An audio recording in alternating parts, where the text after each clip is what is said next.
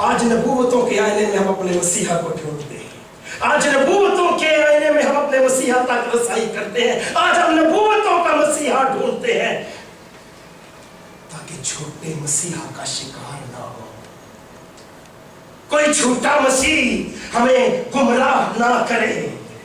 1000 साल पहले ये पेशनगोई दाऊद ने की, वो मेरे हाथ और मेरे पांव छेदते हैं। दाऊद के जमाने में सलीब पर चढ़ाकर मारना मुतारफ नहीं हुआ था। यीशु मसीह से 150 साल पहले रोमियो ने इस सजा को शुरू किया और 350 साल बाद मसीह कॉन्स्टेंटाइन ने इस सजा को मौकूफ कर दिया। दाऊद के जमाने में यहूदियों की बड़ी संसार करके मारना था, मगर वो कैसे जानता था कि यीशु के हाथ और पहुंचे ले जाएंगे?